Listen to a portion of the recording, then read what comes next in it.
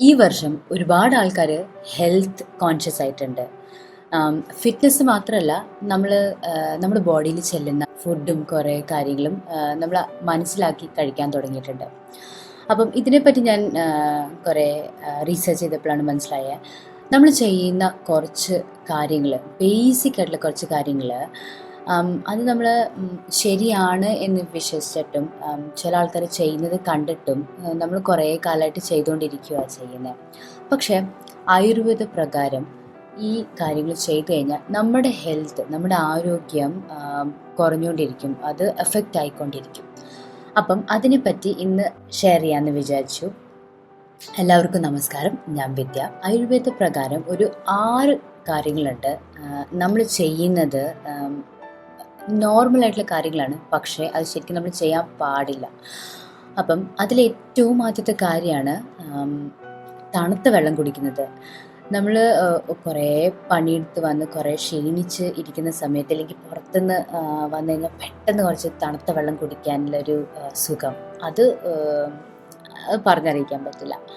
പക്ഷേ ആയുർവേദം പറയുന്നത്, നമ്മൾ തണുത്ത വെള്ളം കുടിച്ചു കഴിഞ്ഞാൽ നമ്മുടെ ബോഡിയിലെ അഗ്നി, അതായത് നമ്മുടെ ബോഡിയിലെ ഡൈജഷൻ കുറയും. ഡൈജഷൻ കുറയുമ്പം നമ്മൾക്ക് ബ്ലോട്ടിങ് അല്ലെങ്കിൽ ഇൻഡൈജഷനൊക്കെ ഫീൽ ആവാൻ തുടങ്ങും. അപ്പം ശരിക്കും നമ്മൾ പുറത്തുനിന്ന് ഫുഡ് കഴിച്ചിട്ട് ഇൻഡൈജഷൻ വരണമെന്നില്ല, നമ്മൾ കുടിക്കുന്ന വെള്ളം തണുത്ത വെള്ളമാണെങ്കിലും എഫക്റ്റ് ആവും. അപ്പം അതിന് പകരം നമുക്ക് റൂം ടെമ്പറേച്ചർ, ഫ്രിഡ്ജിൽ വെക്കാത്ത തണുക്കാത്ത വെള്ളം, ഇല്ലെങ്കിൽ ഒന്നൊന്ന് വാമാക്കി വെള്ളം കുടിക്കാം. പിന്നെ രണ്ടാമത്തത്, നമ്മൾ സമയത്ത് ഭക്ഷണം കഴിക്കാണ്ടിരിക്കുക. അപ്പം ഇത് ഭയങ്കര കോമൺ ആയിട്ടുള്ളൊരു കാര്യമാണ്. ജോലിക്ക് പോകുന്ന ആൾക്കാരും എപ്പോഴും പണിയെടുക്കുന്ന ആൾക്കാരും നമ്മൾ ഒരു സമയമായി കഴിഞ്ഞാൽ ഫുഡ് കഴിക്കാൻ നോക്കില്ല. അപ്പം നമ്മുടെ ബോഡിയിലെ ഡൈജസ്റ്റീവ് സിസ്റ്റം ഫുൾ കൺഫ്യൂസ് ആയിരിക്കും. എപ്പോൾ ഫുഡ് എക്സ്പെക്റ്റ് ചെയ്യണമെന്നറിയില്ല, എപ്പം ഡൈജഷൻ പ്രോസസ്സ് സ്റ്റാർട്ട് ചെയ്യണമെന്നറിയില്ല. അതുകൊണ്ട് തന്നെ നമുക്ക് ഇൻഡൈജഷനും ബ്ലോട്ടിങ്ങും അങ്ങനത്തെ കുറേ വയറുവേദനയും അങ്ങനത്തെ ഇഷ്യൂസൊക്കെ ഉണ്ടാവാം. അപ്പം നമ്മൾ നമ്മുടെ ഫുഡ് കഴിക്കുന്ന പാറ്റേൺ, ഫുഡ് കഴിക്കുന്ന ഒരു സ്കെഡ്യൂൾ, അത് ഭയങ്കര ഇമ്പോർട്ടൻ്റ് ആണ്.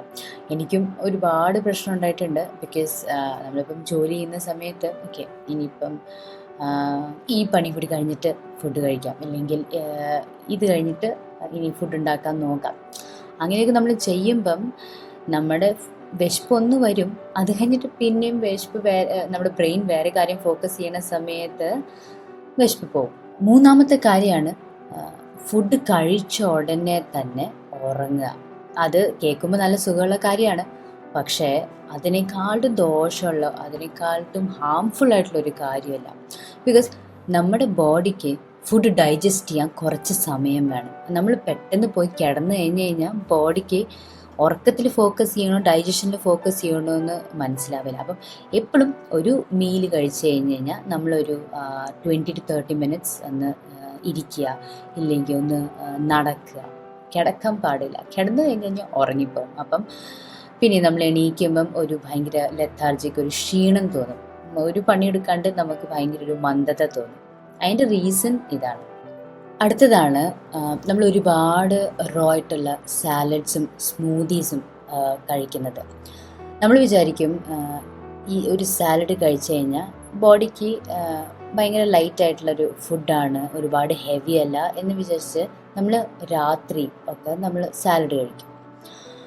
ശരിക്കും ബോഡിക്ക്, നമ്മുടെ ബോഡിക്ക് ഈ വെജിറ്റബിൾസ്, കുക്കാവാത്ത ഫുഡ് ഡൈജസ്റ്റ് ചെയ്യാൻ കുറച്ചുകൂടി സമയം വേണം. അപ്പം രാത്രി നമ്മൾ കഴിക്കുമ്പം ബോഡിക്ക് അത്രയും സമയം കിട്ടുന്നില്ല. അപ്പം ഡയറക്റ്റ്ലി നമ്മുടെ ഡൈജഷൻ അഫക്റ്റ് ആവും. ശരിക്കും പരമാവധി പറ്റുന്നത് നമുക്ക് സാലഡ്സും സ്മൂത്തിയും ഒക്കെ രാത്രി കഴിക്കാണ്ട് ഡ്യൂറിങ് ദ ഡേ കഴിക്കണം. അപ്പം ഡൈജഷൻ ആവാൻ വേണ്ടി അത്യാവശ്യം നല്ല സമയം കിട്ടും. പിന്നെ അടുത്തത് ഓൾമോസ്റ്റ് സെയിം പോയിൻ്റാണ്. ചില ആൾക്കാർ ശരിക്ക് ഡിന്നർ കഴിഞ്ഞാൽ, അല്ലെങ്കിൽ ഒരു മീല് കഴിഞ്ഞ് കഴിഞ്ഞാൽ കുറച്ച് ഫ്രൂട്ട്സ് കഴിക്കും. അപ്പോഴാണ് ഒരു മീല് കംപ്ലീറ്റ് ആവുക എന്നുള്ളൊരു വിശ്വാസമുണ്ട്. പക്ഷേ അത് ഭയങ്കര വലിയൊരു തെറ്റാണ്. ശരിക്കും നമ്മുടെ ബോഡിക്ക് ഫ്രൂട്ട്സ് ഡൈജസ്റ്റ് ചെയ്യാൻ ഒരുപാട് സമയം വേണ്ട. പക്ഷേ ഫ്രൂട്ട്സ് കഴിക്കണേക്കാളും മുന്നേ ഹെവി ആയിട്ടുള്ള ഫുഡ് ഡൈജസ്റ്റ് ചെയ്യാൻ ഒരുപാട് സമയം വേണം. അപ്പം നമ്മൾ ഫുഡ് മീൽ കഴിച്ച ഉടനെ ഫ്രൂട്ട്സ് കഴിക്കുമ്പം ആ ഫ്രൂട്ട്സ് നമ്മുടെ വയറ്റിൽ പോയിട്ട് അത് ഫെർമെൻ്റ് ആവും. അപ്പം ആ ഒരു ഫെർമെൻറ്റേഷൻ കാരണം നമുക്ക് അസിഡിറ്റി വരും. നമ്മൾ ചില സമയത്ത് വിചാരിക്കും ഇപ്പം ഹെൽത്തി ഫുഡാണല്ലോ കഴിച്ചത്, മേ ബി റൊട്ടിയും കറിയൊക്കെ കഴിച്ച് അത് കഴിഞ്ഞിട്ട് ഫ്രൂട്ട്സും കഴിച്ചത് നമ്മൾ ഫുൾ ഹെൽത്തി ആയിട്ട് കഴിച്ചത്. പക്ഷേ അതിൻ്റെ ഓർഡർ ശരിയാവാത്ത കാരണമാണ് നമുക്ക് ഇങ്ങനെ അസിഡിറ്റിയും ബ്ലോട്ടിങ്ങും ഒക്കെയുള്ള ഒരു ഇഷ്യൂസ് വരുന്നത്. ശരിക്കും ആയുർവേദം പറയുന്നത് നമ്മൾ ഫുഡ് കഴിക്കണേക്കാളും ഒരു 30 മിനിറ്റ്സ് മുമ്പ് ഫ്രൂട്ട്സ് കഴിക്കാം. അപ്പം ആ ഒരു 30 മിനിറ്റ്സിൽ ഫ്രൂട്ട്സ് ഡൈജസ്റ്റ് ആവും. പിന്നെ അത് കഴിഞ്ഞിട്ട് നമ്മൾ ആക്ച്വൽ മീൽ കഴിക്കുമ്പം അതിന് ഡൈജസ്റ്റ് ആവാനുള്ള സമയം കിട്ടും.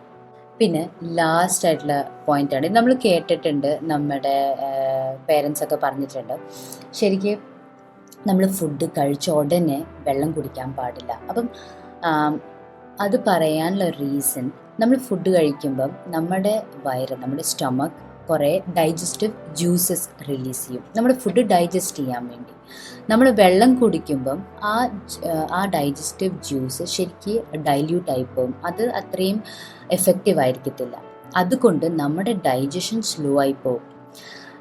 ആയുർവേദ പ്രകാരം ശരിക്കും ഒരു 30 to 45 മിനിറ്റ്സ്, ഒരു 3/4 മണിക്കൂർ കഴിഞ്ഞിട്ടേ വെള്ളം കുടിക്കാൻ പാടുള്ളൂ. അതാണ് ഏറ്റവും ബെസ്റ്റ് തിങ് ടു ഡു.